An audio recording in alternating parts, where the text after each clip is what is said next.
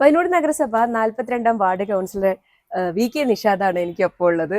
അപ്പോൾ നമ്മുടെ ഈ ജനകീയ വികസനത്തിന്റെ ഒരു 5 വർഷങ്ങൾ എങ്ങനെ ഉണ്ടായിരുന്നു എന്ന് ചോദിച്ചാൽ എന്തായിരിക്കും ആദ്യം ഓർമ്മയിൽ വരുന്നത്?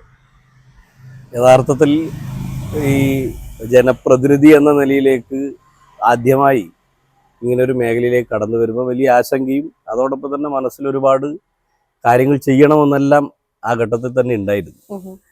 ഒരു 5 വർഷത്തെ ഒരു അനുഭവം വെച്ച് നോക്കുമ്പോൾ വളരെ സന്തോഷമാണ്.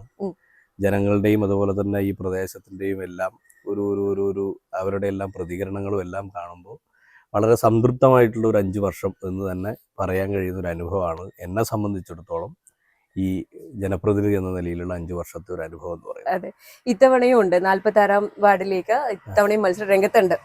അപ്പോ ഒരു 5 വർഷത്തെ എക്സ്പീരിയൻസ് കൈമുതലായിട്ടുണ്ട്. അപ്പൊ ഇപ്പോ വീടുകളൊക്കെ കയറി ഇറങ്ങിക്കൊണ്ടിരിക്കുന്ന ഒരു സമയമാണ്, തിരക്കുള്ള സമയമാണ്. ഈ 5 വർഷത്തിന് മുന്നേയും ഇതുപോലെ വീടുകൾ കയറി ഇറങ്ങിയ സമയത്ത് ആളുകൾ നേരിട്ട് കണ്ട് നമ്മൾ പല വാഗ്ദാനങ്ങളും നൽകിയിട്ടുണ്ടാവും, അല്ലെങ്കിൽ പല ആവശ്യങ്ങളും നമ്മളോട് പറഞ്ഞിട്ടുണ്ടാവും. അതെല്ലാം ഫുൾഫിൽ ചെയ്യാൻ പറ്റിയെന്ന് ഈ നിമിഷം തോന്നുന്നുണ്ടോ? ഫുൾഫിൽ ചെയ്യുക എന്ന് പറഞ്ഞാൽ സ്വാഭാവികമായി 100% ഇനി എന്ത് ചെയ്താലും ജനങ്ങൾക്കും അതുപോലെ തന്നെ നമ്മളെ സംബന്ധിച്ചിടത്തോളം ഇനിയും എന്തൊക്കെ ചെയ്യാനുണ്ടാവും, അങ്ങനെ ഒരു ഫീലിംഗ് ആണ് എന്നെ സംബന്ധിച്ചിടത്തോളം. പക്ഷെ എൻ്റെ ഒരു അനുഭവം എന്ന് പറയുന്നത് തെരഞ്ഞെടുപ്പിന്റെ ഏറ്റവും ആദ്യം ഞാൻ ഈ 42ാം വാർഡിൽ മത്സരിക്കുന്ന ഘട്ടത്തിൽ എൻ്റെ തെരഞ്ഞെടുപ്പ് പൊതുയോഗം നടന്ന സ്ഥലം എന്ന് പറയുന്നത് കള്ളുഷാപ്പ് റോഡിന്റെ ഒരു പ്രദേശത്തായിരുന്നു. ആടത്തെ ആ പൊതുയോഗത്തിൽ തന്നെ അതോടൊപ്പം തന്നെ നേരിട്ട് വന്നും പൊതുയോഗത്തിന്റെ ഭാഗമായിട്ടും ജനങ്ങൾ പറഞ്ഞ ഏറ്റവും പ്രധാനപ്പെട്ട ഒരു കാര്യം അവിടെ വലിയ വെള്ളക്കെട്ടായിരുന്നു. ആ പ്രദേശം എന്ന് പറയുന്നത് വലിയ വെള്ളക്കെട്ടായിരുന്നു. പക്ഷേ അത് ഏറ്റവും ആദ്യ പരിഗണന എന്ന നിലയിലേക്ക് അതിനെന്തെല്ലോ സാധ്യത ആ സമയത്ത് ഒത്തുവന്നു എന്നുള്ളതുകൊണ്ട് ചിലപ്പോൾ ഒരു വാർഡിൽ അങ്ങനെ ഒറ്റ അടിക്ക് ഇത്രയും ദൈർഘ്യമേറിയ അത് കള്ളുഷാപ്പ് റോഡിൻ്റെ അടുക്കുന്ന ഏകദേശം തലയന്നേരി വരെയുള്ള ഡ്രെയിനേജ് ആണ് ഒറ്റ റീച്ച് എന്ന നിലയിലേക്ക് ഒരു പദ്ധതിയിൽപ്പെടുത്തി നമുക്കത് ചെയ്യാൻ വേണ്ടി കഴിഞ്ഞത്. അതോടുകൂടി ആ ഭാഗത്തെ അത് ഏറ്റവും ആദ്യം ജനങ്ങൾ ആവശ്യപ്പെട്ട ഏറ്റവും പ്രധാനപ്പെട്ട അവരുടെ ജീവിതവുമായി ബന്ധപ്പെടുന്ന ഒരു വിഷയത്തെ പെട്ടെന്ന് അഡ്രസ്സ് ചെയ്യാനും അത് പരിഹരിക്കാനും കഴിഞ്ഞു എന്നുള്ളത് തന്നെ വലിയ സന്തോഷം ഉണ്ടാക്കിയിട്ടുള്ള അനുഭവമാണ്. തീർച്ചയായിട്ടും ആളുകൾക്ക് അപ്പൊ ഒരു പ്രതീക്ഷയുണ്ട്. ശരിക്കും ഈ കൗൺസിലറിൽ ഇനിയും പ്രതീക്ഷ വെക്കാം, ഒരു 5 വർഷം കൂടി പ്രതീക്ഷ വെക്കാന്നുള്ള ഒരു വാഗ്ദാനം തന്നെ നൽകിയില്ലേ ഈ ഒരു 5 വർഷത്തെ യാത്ര കൊണ്ട്?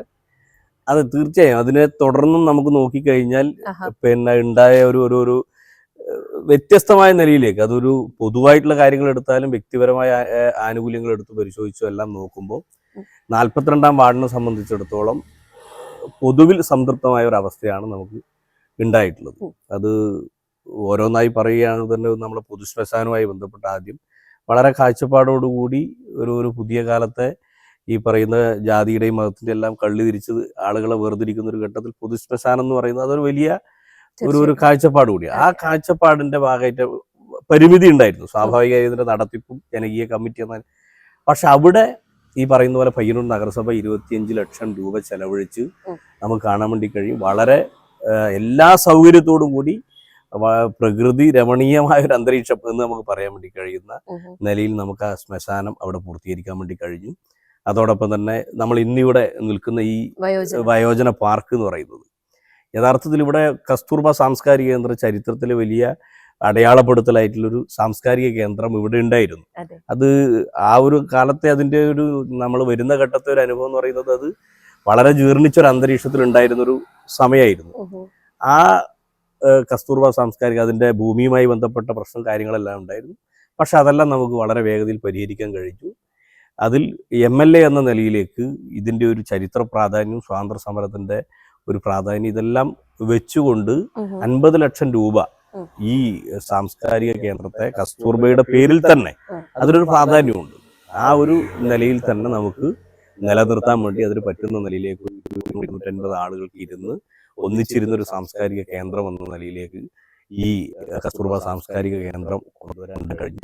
വയോജന പാർക്ക് എന്ന കാഴ്ചപ്പാട് നഗരസഭ വെച്ചു. ടിപ്പിക്കലായി ഒരു ഗവൺമെന്റ് പദ്ധതിയുടെ ഒരു പ്രത്യേകതയുണ്ട്. അത് നമുക്ക് ഇന്നത് എന്ന് പറഞ്ഞാൽ ഇന്നത് നമുക്ക് തിരിയും, ഇതാണ് ബിൽഡിംഗ്, ഇന്നതായിരിക്കും ഗവൺമെന്റ് ബിൽഡിംഗ്, അതിന്റെ പെയിന്റിങ് ഇന്നതായിരിക്കും.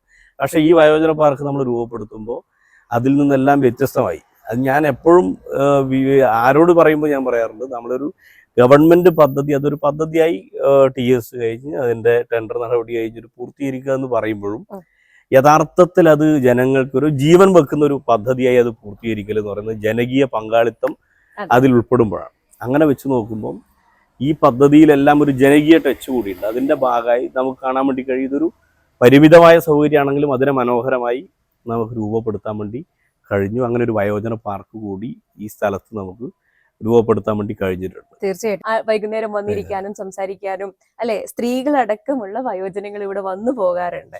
അത് ഏറ്റവും സന്തോഷം തന്ന ഒരു എന്താ പറയണ്ടത്, നമ്മളൊരു കാര്യം ചെയ്തിട്ട് അതിന് ഏറ്റവും ഫലപ്രാപ്തിയിൽ എത്തുമ്പോൾ ഉണ്ടാവുന്ന ഒരു സന്തോഷം ഉണ്ടല്ലോ, അത് തന്നിട്ടുണ്ട്. ഉണ്ട്. അതെന്താ വെച്ചാൽ ഒരവസരം എന്ന നിലയിലേക്ക് കൈവന്ന ഘട്ടത്തിൽ വൈകുന്നേരങ്ങൾ നടക്കാൻ പോകുന്ന ആളുകൾ, അതോടൊപ്പം തന്നെ അവരെല്ലാം ഒന്നിച്ചിരിക്കാനുള്ളൊരു സൗകര്യം ഉണ്ടായി.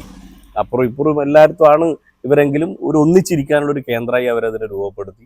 എനിക്ക് തോന്നുന്നു വയോജനങ്ങളോടൊപ്പം ഇപ്പോൾ വൈകുന്നേരം കുട്ടികൾ കൂടി ഉണ്ടാകുന്ന ഒരു അന്തരീക്ഷം, എല്ലാം കൂടി ഒരു സന്തോഷകരമായ അന്തരീക്ഷം എല്ലായിടത്തും ഹാപ്പിനെസ് പാർക്ക് ഒക്കെ ഉണ്ടാകുന്ന കാലഘട്ടമാണ്. അപ്പൊ ആ രീതിയിലേക്ക് കൂടി ഇത് ഉപയോഗപ്പെടുത്താൻ പറ്റിയെന്നാണോ? അതെ, തീർച്ചയായും. ഇപ്പം ഈ ഒരു അന്തരീക്ഷത്തിൽ നമ്മൾ വയോജന പാർക്ക് എന്നതാണ് പദ്ധതിയെങ്കിലും കുട്ടികളും കുടുംബങ്ങളും എല്ലാം അത്യാവശ്യം നമ്മൾ ഒരു ഗ്രാമീണ അന്തരീക്ഷത്തിൽ സ്വാഭാവികമായിട്ട് ഇങ്ങനെ ഒരു സൗകര്യം ഇല്ല. അപ്പം ആ സൗകര്യത്തെ നന്നായി എല്ലാവരും പ്രയോജനപ്പെടുത്തുന്നുണ്ട് എന്നുള്ളത് ഒരു പദ്ധതി യാഥാർത്ഥ്യമായ ശേഷമില്ല നമ്മളൊരു സന്തോഷം കൂടിയാണ്. അവരെല്ലാം അത് ഉപയോഗപ്പെടുത്തുന്നു എന്നുള്ളത്. വി.കെ. നിഷാദിനെ സംബന്ധിച്ചിടത്തോളം ഡിവൈഎഫ്ഐയുടെ ഒരു ഭാരവാഹിത്വവും കൃത്യമായ സംഘടനാ പ്രവർത്തനങ്ങളും ഒക്കെ മുന്നോട്ട് കൊണ്ടുപോകുന്ന ആളാണ്. അപ്പോൾ ഈ രണ്ടെണ്ണം എങ്ങനെയാണ് ഇത്രയും കാലം ഈ 5 വർഷം ബാലൻസ് ചെയ്ത് കൊണ്ടുപോയത്? അല്ല, ഞാനൊരു മുഴുവൻ സമയ പ്രവർത്തകനായി യഥാർത്ഥത്തിൽ ഞാൻ റൂറൽ ബാങ്ക് ജീവനക്കാരായിരുന്നു. ഒരു ഘട്ടത്തിൽ ഡിവൈഎഫ്ഐയുടെ ബ്ലോക്ക് ഭാരവാഹി ആവുമ്പോഴാണ് പാർട്ടി എന്ന നിലയിലേക്ക് മുഴുവൻ സമയ പ്രവർത്തകനാവണം എന്ന നിലയിലേക്ക് തീരുമാനിക്കും. ഞാൻ ജോലി രാജിവെച്ച് മുഴുവൻ സമയ പ്രവർത്തനം എന്ന നിലയിലേക്ക് മാറി. യഥാർത്ഥത്തിൽ ആ ഒരു അർത്ഥത്തിൽ പരിശോധിക്കുമ്പോൾ നമുക്ക് സമയമില്ല എന്ന് പറയുന്നതിൽ അർത്ഥമില്ല. ഡിവൈഎഫ്ഐയുടെ സംഘടനാ പ്രവർത്തനം ഏകദേശം ഒരു ദൈനംദിന സംഘടനാ പ്രവർത്തനം എന്ന നിലയിലാണ് നടത്തുന്നത്. അതൊരു വ്യക്തിപരമായ ഒരാളെന്ന നിലയിലേക്കല്ല സംഘടനാ പ്രവർത്തനം, അതൊരു കൂട്ടായ നേതൃത്വം എന്ന നിലയിലാണ്. അങ്ങനെ ഡിവൈഎഫ്ഐ ഒരു ടീം എന്ന നിലയിലേക്ക് ഒരു നേതൃത്വമായി നമ്മൾ ആ സംഘടനാ പ്രവർത്തനം നടത്തുന്നു. അതോടൊപ്പം ഇത് പാർട്ടിയും അതോടൊപ്പം തന്നെ ജനങ്ങളും ഏൽപ്പിച്ച ഉത്തരവാദിത്തം എന്ന നിലയിലേക്ക് വിട്ടുവീഴ്ചയില്ലാതെ സമയം കണ്ടെത്തുക, ഇടപെടുക, നമ്മളത് വിചാരിച്ചാൽ നടക്കും എന്നുള്ളതാണ് എൻ്റെ ഒരു അനുഭവം. അതെ, പലപ്പോഴും നമുക്ക് ഫണ്ട് കണ്ടെത്താൻ പറ്റാത്ത സാഹചര്യം പറയാറുണ്ട്. ഇന്ന കാര്യങ്ങൾ ചെയ്യണം എന്ന് വിചാരിച്ചു, പക്ഷെ കൃത്യസമയത്ത് ഫണ്ട് എത്തിയില്ല. അങ്ങനെ എന്തെങ്കിലും അനുഭവങ്ങൾ പറയാനുണ്ടോ? നമ്മുടെ ഒരു അനുഭവം എന്ന് പറയുന്നത് ഫണ്ട് സ്വാഭാവികമായിട്ടൊരു പരിമിതി ഉണ്ടാവും. 44 വാർഡുകളിലേക്കും വികസനം എത്തണം എന്ന കാഴ്ചപ്പാട് പയ്യന്നൂർ നഗരസഭ പൊതുവിൽ സ്വീകരിച്ചിട്ടുണ്ട്. അതിന് പറയുമ്പം ഞാൻ നേരത്തെ പറഞ്ഞ ജനകീയ പങ്കാളിത്തം എന്ന് പറയുന്നത് ഒരു ജനകീയ ഉള്ളടക്കത്തോടു കൂടി വികസനം പ്ലാൻ ചെയ്താൽ ഉണ്ടാവുന്നത് നമുക്ക് ചിലതെല്ലാം എൻ്റെ ഒരു അനുഭവത്തിൽ നമ്മുടെ ഗവൺമെൻറ് മാപ്പിള LP സ്കൂൾ 107 വർഷമായി വാടക കെട്ടിടത്തിലായിരുന്നു സ്കൂൾ. എനിക്ക് ഓർമ്മയുണ്ട്, ഞാനൊരു വിദ്യാർത്ഥി സംഘടനാ പ്രവർത്തകനായി നിൽക്കുന്ന ഘട്ടത്തിൽ ആ സ്കൂളിന് നാട്ടുകാരുടെയും അന്നത്തെ SFI എന്ന നിലയിലെല്ലാം നമ്മൾ സംരക്ഷണ ചങ്ങല തീർത്താണ്. ഒരു ഘട്ടത്തിൽ ഇത് ലാഭകരമല്ല എന്ന് പറഞ്ഞ് പൂട്ടുന്ന ഗണത്തിൽപ്പെട്ടൊരു സ്കൂളായിരുന്നു. 107 വർഷം വാടക കെട്ടിടത്തിൽ ഇന്ന് നഗരസഭയെ സംബന്ധിച്ചിടത്തോളം ഒരു സ്കൂളും സ്വന്തമായി കെട്ടിടമില്ലാതില്ല. പക്ഷെ മാപ്പിള സ്കൂൾ ആ നിലയിൽ ഉണ്ടായിരുന്നതാണ്. ഭൂമിയുടെ പ്രശ്നമാണ് ഏറ്റവും പ്രധാനമായിട്ടുണ്ടായിരുന്നത്. അവിടെ നമ്മൾ ജനകീയമായൊരു ഇടപെടൽ നടത്തി പള്ളി കമ്മിറ്റി, നാട്ടുകാർ എല്ലാവരും ചേർന്നൊരു കമ്മിറ്റി ഉണ്ടാക്കി 20 സെന്റ് ഭൂമി വില കൊടുത്ത് നഗരസഭക്ക് വാങ്ങിച്ചു കൊടുത്തു. അതിന്റെ ഒരു പ്രതികരണ നിലയിൽ സ്വാഭാവികമായി നഗരസഭ വളരെ വേഗം ഏറ്റവും അടുത്ത ബജറ്റിൽ തന്നെ അതിനുവേണ്ടി 50 ലക്ഷം രൂപ, പിന്നീട് 25 ലക്ഷം രൂപ, 75 ലക്ഷം രൂപ ചെലവഴിച്ച് ഒരു വർഷം കൊണ്ട്, അത് നഗരസഭയുടെ ഒരു കാഴ്ചപ്പാട് കൂടിയാണ്. കാരണം നഗരസഭയിലെ ഏക വിദ്യാലയം വാടക കെട്ടിടത്തിൽ പ്രവർത്തിക്കുന്നു. അത് ജനകീയമായി ഭൂമി വാങ്ങിക്കൊടുത്തു.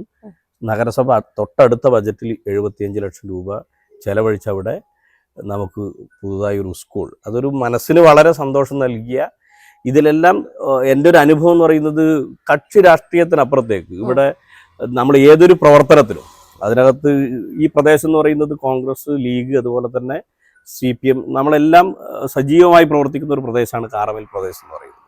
ഈ പറയുന്ന വാർഡിൻ്റെ പൊതു വികസന പ്രവർത്തനങ്ങളിൽ എവിടെയും അങ്ങനെ ഒരു പ്രയാസം ഉണ്ടായില്ല എന്നുള്ളത് എല്ലാവരും വളരെ യോജിപ്പോടുകൂടി പ്രവർത്തിക്കാൻ, അതിനകത്ത് ഏതെങ്കിലും ഒരു വേർതിരിവ് എനിക്ക് തോന്നുന്നു നമ്മുടെ വാർഡിൽ ഒരു ഹൈമാസ് ലൈറ്റ് MLA എന്ന നിലയിലേക്ക് അനുവദിച്ചത് ഈ പ്രദേശത്തിൻ്റെ ഒരു ആവശ്യം എന്ന നിലയിലേക്ക് ഞാൻ ഉൾപ്പെടെ നമ്മുടെ മറ്റ് രാഷ്ട്രീയ പാർട്ടിയുടെ പള്ളി കമ്മിറ്റി, കാരമൽ മഖാം എന്ന് പറയുന്നത് വളരെ ചരിത്ര പ്രസിദ്ധമായിട്ടുള്ള കാരമൽ മഖാമാണ്. ആ മഖാമിൽ ഒരു ഹൈമാസ്റ്റ് വേണമെന്ന് പറയുന്ന ഘട്ടത്തിൽ ഏറ്റവും ഒരു വികസനത്തിൽ രാഷ്ട്രീയം വേണ്ടതില്ല എന്നൊരു കാഴ്ചപ്പാട് പൊതുവിൽ കേരളത്തിലെ ഗവൺമെൻറ് അത് സ്വീകരിച്ചു വരുന്നു. അതിനെ ചുവട് പിടിച്ചുകൊണ്ട് നമ്മുടെ എല്ലാം പ്രദേശത്ത് അത് നന്നായി നടന്നു എന്നൊരു അനുഭവമാണ്. ഇതെല്ലാം ഏതൊരു പരിപാടിയും നമുക്ക് വലിയ ജനകീയ പങ്കാളിത്തത്തോടെ മറ്റു വ്യത്യാസങ്ങളില്ലാതെ സംഘടിപ്പിക്കാൻ കഴിഞ്ഞു. അതെല്ലാം ഇതിന്റെ ഒരു വിജയത്തിന് കാരണമായിട്ടുണ്ട്. അതെ, ഈ ജനകീയ പങ്കാളിത്തത്തോടെ കാര്യങ്ങൾ ചെയ്യാൻ പറ്റിയെന്ന് പറയുമ്പോൾ അവിടെ കൃത്യമായും നേതാവിന്റെ ഒരു എന്താ പറയണ്ടത്, അവരെ നയിക്കപ്പെടുന്ന നേതാവിന്റെ ഒരു കൃത്യമായി എടുത്തു പറയേണ്ടതുണ്ട്. കാരണം പലയിടത്തും ഞാൻ കേട്ടിട്ടുള്ളത് ഉദ്യോഗസ്ഥർ കൃത്യമായി ചേർന്ന് പോയില്ല, അല്ലെങ്കിൽ ജനങ്ങൾ കൃത്യമായി നമുക്കൊപ്പം നിന്നില്ല, അതുകൊണ്ട് ഇന്ന കാര്യങ്ങൾ ചെയ്യാൻ പറ്റിയില്ല എന്നാണ്. പക്ഷെ ഇവിടെ ഒരു കൂട്ടായ്മയിലൂടെ കാര്യങ്ങൾ മുന്നോട്ട് കൊണ്ടുപോകാൻ വേണ്ടിയിട്ട് എങ്ങനെയൊക്കെയാണ് സാധിച്ചത്? ഈ ജനങ്ങളുമായിട്ടുള്ള ആ ഒരു ഇഴയടുപ്പം എങ്ങനെയാണ് എപ്പോഴും കാത്തു സൂക്ഷിക്കുന്നത്? ഒന്ന് ബാലസംഘം മുതൽ സംഘടനാ പ്രവർത്തന രംഗത്ത് ഉള്ളത് ഒരു പ്രദേശത്തിന്റെ പ്രത്യേകത. നമ്മുടെ എല്ലാം പാർട്ടി എന്ന നിലയിലേക്ക്, അല്ലെങ്കിൽ വിദ്യാർത്ഥി സംഘടനാ പ്രവർത്തനം, യുവജന സംഘടന, ഇതിൽ നിന്നെല്ലാം നമ്മൾ സ്വാഭാവികമായി ആർജിച്ചെടുക്കുന്ന ചില കാര്യങ്ങളുണ്ട്. അതെല്ലാം ഒരു ജനപ്രതിനിധി എന്നതിൽ പ്രവർത്തിക്കാൻ വലിയ സഹായം നൽകിയിട്ടുണ്ട് എന്നത് തന്നെയാണ് കാണുന്നത്. അതോടൊപ്പം ഈ പ്രദേശത്തെ ജനങ്ങൾ എന്ന നിലയിലേക്ക് വലിയ സപ്പോർട്ടായിരുന്നു എല്ലാ കാര്യത്തിലും ഉണ്ടായിട്ടുള്ളത്. ഏറ്റവും ഇപ്പോൾ നമ്മളെ സംബന്ധിച്ചിടത്തോളം ഇത് പാടിയിൽ 29 വർഷം മുന്നേ പാടിക്ക് കുറുകെ ഒരു പാലം ഈ നാടിൻ്റെ ഏറ്റവും പ്രധാനപ്പെട്ട, കാരണം അത് യാഥാർത്ഥ്യമായാൽ ഈ നാടിനുണ്ടാകുന്ന ഒരു മാറ്റം എന്ന് പറയുന്നത് അത് വികസനത്തിൻ്റെ കാര്യത്തിൽ പൊതുവിൽ വ്യക്തിപരമായി ഉണ്ടാകുന്ന, കുടുംബങ്ങൾക്ക് ഉണ്ടാകുന്ന മാറ്റം എന്ന് പറയുന്നത് നമ്മൾ ചിന്തിക്കുന്നതിനപ്പുറത്തേക്കാണ്. ജനങ്ങളുടെ വലിയ ആവശ്യമായിരുന്നു. 29 വർഷം എനിക്ക് നമ്മുടെ എല്ലാം കുടുംബയോഗങ്ങളും മറ്റെല്ലാം നടക്കുമ്പോൾ സ്നേഹപൂർവ്വമായിട്ടായാലും വലിയ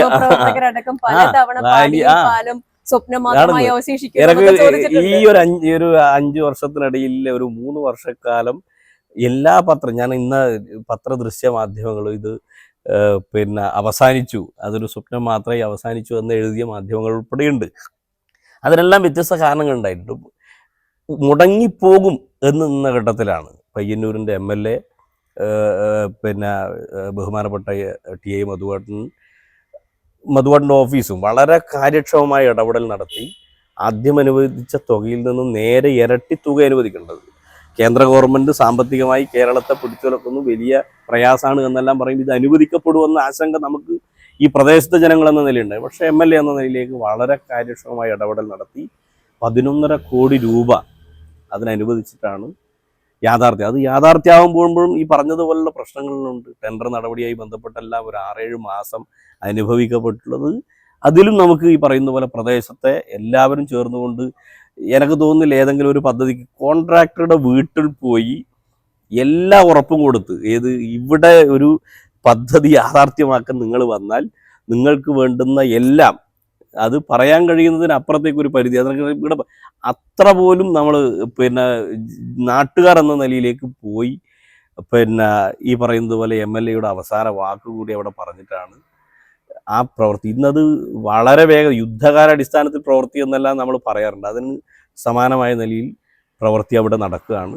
1 വർഷം കൊണ്ടത് പൂർത്തീകരിക്കും എന്ന നിലയിലാണ് അതിൻ്റെ പ്രവർത്തനം നടക്കുന്നത്. ഇതെല്ലാം നമുക്ക് ഈ സമയം കൊണ്ട് നമ്മുടെ ഒരു പ്രദേശത്തിൻ്റെ ഒരു വികസനം എന്ന നിലയിലേക്ക് നടന്നു എന്നത് വളരെ സന്തോഷം നൽകുന്ന ഒരു കാര്യം. അതെ, ഇത്രയൊക്കെ കഷ്ടപ്പെട്ട ഈ ഒരു 5 വർഷം നമ്മളൊരു നിലം ഒരുക്കുന്നത് പോലെ വിത്തിടാൻ പാകത്തിനാക്കി വച്ചിരിക്കുന്നത് കൊണ്ട് തന്നെ ഇപ്പോൾ ഈ തവണ ഇടത് മുന്നണിയുടെ സ്ഥാനാർത്ഥി ദാക്ഷായണി ചേച്ചിയാണ്. അപ്പോൾ അവർക്ക് ഒരു മുന്നോട്ടുള്ള വഴി കുറച്ചുകൂടി എളുപ്പമായിരിക്കുമെന്ന് ഇപ്പൊ തോന്നുന്നുണ്ടോ? ജനങ്ങളുടെ ഒരു സപ്പോർട്ടൊക്കെ ഉള്ളത് കൊണ്ട് തീർച്ചയായും അത് നമ്മുടെ ഈ വാർഡിന്റെ മാത്രമല്ല, പയ്യന്നൂർ നഗരസഭയുടെ ഒരു പൊതുവിൽ നോക്കിക്കഴിഞ്ഞാൽ വ്യത്യസ്ത അഭിപ്രായങ്ങൾ സ്വാഭാവികമായും ഒരു ഭരണത്തെ വിലയിരുത്തിക്കൊണ്ടുണ്ടാവാം. പൊതുവിൽ നോക്കിയാൽ പ്രാദേശികമായി വലിയ നിലയിലേക്കുള്ള വികസന പ്രവർത്തനങ്ങൾ ഓരോ വാർഡിനെ സംബന്ധിച്ചും നടന്നിട്ടുണ്ട് എന്നുള്ളത് നമ്മുടെ അനുഭവമാണ്. ചെറിയ ചെറിയ പ്രശ്നങ്ങൾ, പക്ഷേ ആ പ്രശ്നങ്ങളെല്ലാം ഒരു വളരെ വേഗതയിൽ പരിഹരിക്കാൻ കഴിയുന്ന ചില കാര്യങ്ങളല്ല. നമ്മളെ മാധ്യമങ്ങളെല്ലാം ഉയർത്തിക്കൊണ്ടുവന്ന വിഷയങ്ങൾ ഉൾപ്പെടെ പൊതുവിൽ നഗരസഭയിൽ. അതോടൊപ്പം തന്നെ ഞാൻ കാണുന്നൊരു കാര്യം, ഇടതുപക്ഷ സ്ഥാനാർത്ഥി അത് ദാക്ഷായണി നമ്മുടെ ഈ വികസനങ്ങളെല്ലാം നമുക്ക് വലിയ നിലയിലേക്ക് ഗുണം ചെയ്യും. ജനങ്ങൾ അതെല്ലാം പരിഗണിക്കും. സ്വാഭാവികമായി അവരുടെ കൂടെയുള്ള ആളുകളുടെ കൂടെ ജനങ്ങൾ നിൽക്കുമെന്ന് തന്നെയാണ് നമ്മൾ കാണുന്നത്. അതോടൊപ്പം ഞാൻ കാണുന്നത് ഇടതുപക്ഷത്തിൻ്റെ സ്ഥാനാർത്ഥികൾ പരാജയപ്പെടാൻ ഒരു സാധ്യതയും ഏതെങ്കിലും ഒരു സാഹചര്യം ഇന്ന് കേരളത്തിനകത്ത് ഒരു സ്ഥാനാർത്ഥിക്കും ഉണ്ടാവില്ല.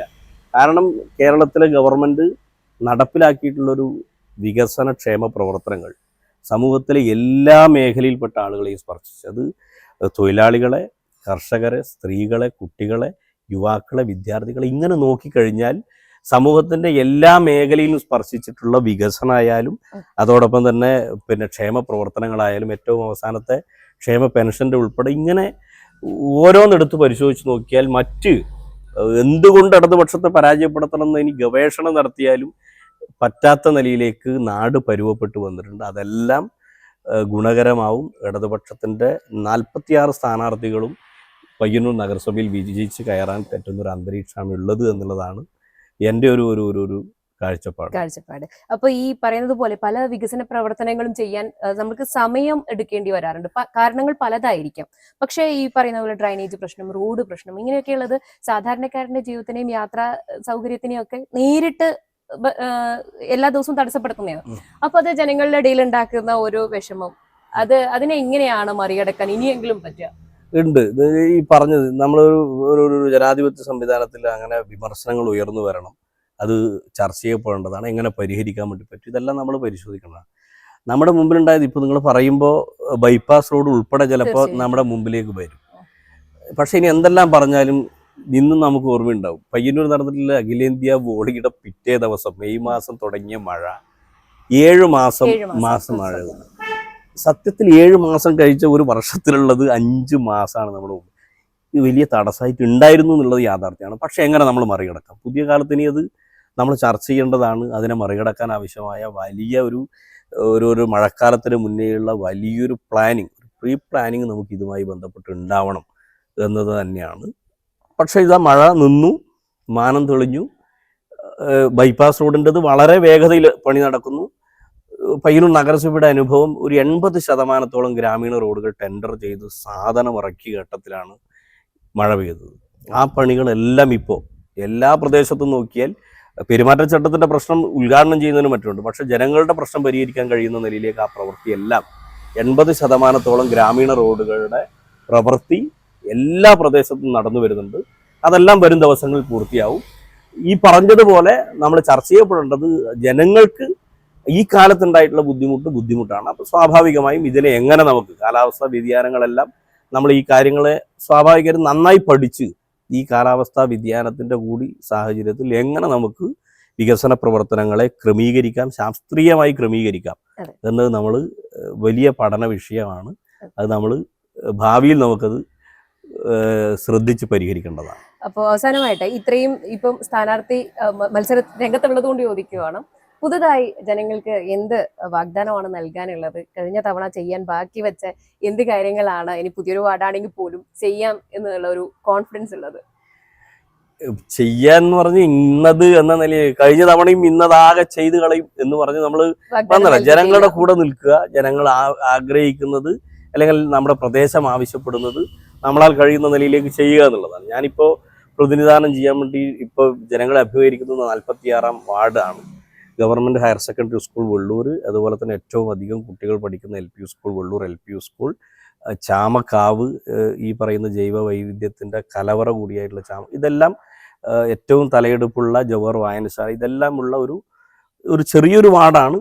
എന്നാൽ ഇത്രയും പ്രാധാന്യമുള്ള സ്ഥാപനങ്ങളെല്ലാം പ്രവർത്തിക്കുന്ന ഒരു വാർഡിനെയാണ് ഞാൻ പ്രതിനിധീകരിക്കുന്നത്. സ്വാഭാവികമായും ഈ പ്രദേശം എന്ന് പറയുന്നത്, ഈ വാർഡ് 46-ാം വാർഡ് എന്ന് പറയുന്നത് മട്ടമ്മൽ വാർഡ്, ആ വാർഡിനെ സംബന്ധിച്ചിടത്തോളം ഈ ചാമക്കാവിൻ്റെതുൾപ്പെടെ ഇതൊരു തീരുമാനമായി അല്ലെങ്കിൽ ഔദ്യോഗികമായിട്ടില്ല, നമ്മുടെ ഒരു മനസ്സിലൊരു കാഴ്ചപ്പാട് എന്ന നിലയ്ക്ക് ചാമക്കാവിൻ്റെ ഒരു ജൈവ വൈവിധ്യം ഉൾപ്പെടെ അതിൻ്റെ ഒരു സ്വാഭാവികമായ ഒരു തനിമ നിലനിർത്തിക്കൊണ്ട് എന്നാൽ അത് സംരക്ഷിക്കാൻ കഴിയുന്ന നിലയിലേക്കും അതോടൊപ്പം തന്നെ അതിനെ മനോഹരമാക്കാനും കഴിയുന്ന നിലയിലേക്ക് അതിലെ വിദഗ്ധരുടെ കൂടി ഈ പറയുന്നതിലെല്ലാം എടുപിടി എന്നുള്ള വികസന പ്രവർത്തനം നടത്തുക അല്ലെങ്കിൽ ഏതെങ്കിലും നിലയിലേക്ക് കൺസ്ട്രക്ഷൻ നടത്തുക എന്നുള്ളതല്ല, അതിന് യോജിക്കുന്ന നിലയിലേക്കുള്ള വളരെ വിശാലമായ അർത്ഥത്തിലുള്ള ചർച്ചകളും സംവാദങ്ങളുടെ എല്ലാം അടിസ്ഥാനത്തിൽ അതൊരു വളരെ പ്രധാനപ്പെട്ട ഒരു ചിലതെല്ലാം വിശ്വാസത്തിൻ്റെയും മറ്റേതിൻ്റെ എല്ലാം ഭാഗമായി ഇപ്പോഴും നമ്മുടെ നാടിന് വേണ്ടി സംരക്ഷിക്കപ്പെടുന്നതാണ്. അതിനെ ആ തനിമയോടുകൂടി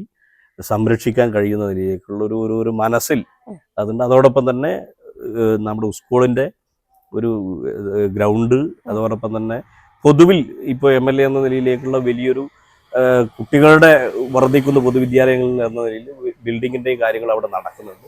അതെല്ലാം സമയബന്ധിതമായി പൂർത്തീകരിക്കാൻ ജനപ്രതി എന്ന നിലയിലുള്ള ശ്രദ്ധ, പൊതുവിൽ ഈ പറയുന്ന കാര്യങ്ങളിലെല്ലാം ജനങ്ങളുടെ കൂടെ നിന്ന് അവരുടെ കൂടി ആവശ്യകതക്കനുസരിച്ച് പ്രവർത്തിക്കുക എന്നതാണ് രീതി. അത് തന്നെയാണ് തുടരാൻ വേണ്ടിയിട്ടും ആഗ്രഹിക്കുന്നത്. തീർച്ചയായിട്ടും ഇപ്പോൾ ഈ മത്സര രംഗത്തുള്ളവരിൽ ശക്തനായ ഒരു മത്സരാർത്ഥി തന്നെയാണ് VK നിഷാദ്. അപ്പോൾ ഒരു വിജയാശംസകൾ നമ്മുടെ വകയിൽ കൂടി പറയാണ് ആദ്യം തന്നെ. വളരെ സന്തോഷം. നല്ല തിരക്കുള്ള സമയത്താണ് നമുക്കൊപ്പം ഇത്രയും നേരം ചെലവഴിച്ചത്. അതിനും പ്രത്യേക നന്ദി.